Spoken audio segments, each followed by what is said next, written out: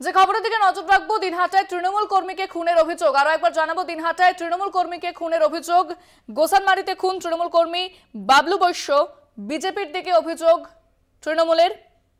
দিনহাটা থানার অভিযোগ দায়ের। দিনহাটায় তৃণমূল কর্মীকে খুনের অভিযোগ, গোসানমারিতে খুন তৃণমূল কর্মী বাবলু বৈশ্য।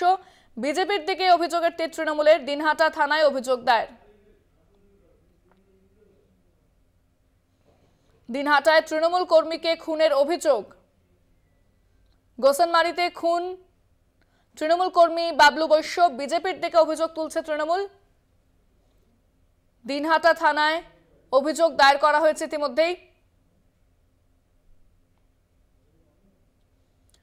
দিনহাটা থানায় অভিযোগ দায়ের এই ঘটনায়। দিনহাটায় তৃণমূল কর্মীকে খুনের অভিযোগ।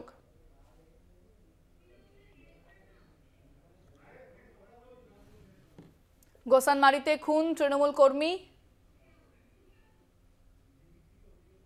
বিজেপির দিকে অভিযোগের তীর তৃণমূলের। দিনহাটা থানায় অভিযোগ দায়ের।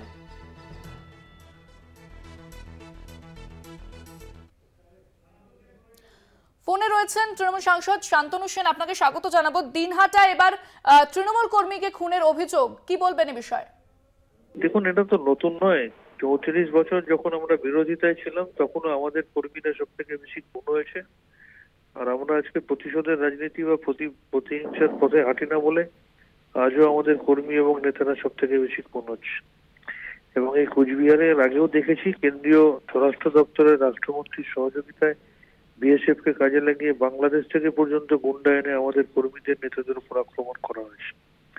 কিন্তু তারা যত এগুলো করবে তত তাদের ভোট কমবে এবং বাংলার মানুষ তত বেশি করে আমাদের প্রতি আশীর্বাদের হাত বাড়িয়ে দেবে এবং তত বেশি করে আমরা বেশি ভোটে জিতব। ধন্যবাদ। আমরা কথা বললাম তৃণমূল সাংসদ শান্তনু সেনের সঙ্গে। দিনহাটায় তৃণমূল কর্মীকে খুনের অভিযোগ, গোসানমারিতে খুন তৃণমূল কর্মী বাবলু বৈশ্য। বিজেপির দিকে অভিযোগ তৃণমূলের। ইতিমধ্যেই দিনহাটা থানা অভিযোগ দায়ের।